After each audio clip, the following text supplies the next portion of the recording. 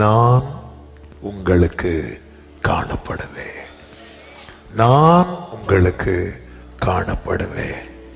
யோபுவுக்கு கர்த்தர் தம்மை உயிரோடு இருக்கிறவராக காண்பித்தார். எனவே அவன் இழந்த அனைத்தையும் திரும்ப பெற்று கொண்டார்.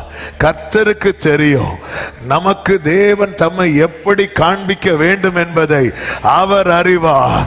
என் விசுவாச வாழ்க்கையாகட்டும், தேவ சித்தத்துக்கு உட்பட்ட காரியமாகட்டும், என் வாழ்க்கையில் நான் பயப்படுகிறதுக்கெல்லாம், என் எல்லா பயத்துக்கும் நீங்களாகி வாழ்கிற விஷயமாகட்டும், இழந்த அனைத்தையும் திருப்பி பெற்றுக் கொள்ளுகிற காரியமாகட்டும், எனக்கு ஒன்று தெரியும், தேவன் தம்மை எனக்கு காண்பிக்கும் போது என்னுடைய எல்லா சிறையிருப்பும் மாறும்.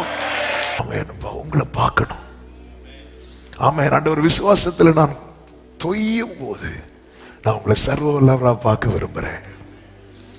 ஆமென். இனி என் வாழ்க்கையில தேவ சித்தமா நான் எம்மாத்திரம் இதெல்லாம் என் வாழ்க்கையில சான்ஸே இல்லை என்கிற எண்ணம் வரும்போது நான் நம்ம இருக்கிறவராக காண விரும்புகிறேன். மரண இருளின் பள்ளத்தாக்கு வரும்போது நான் உம்மை மெய்ப்பராய் பார்க்க விரும்புகிறேன்.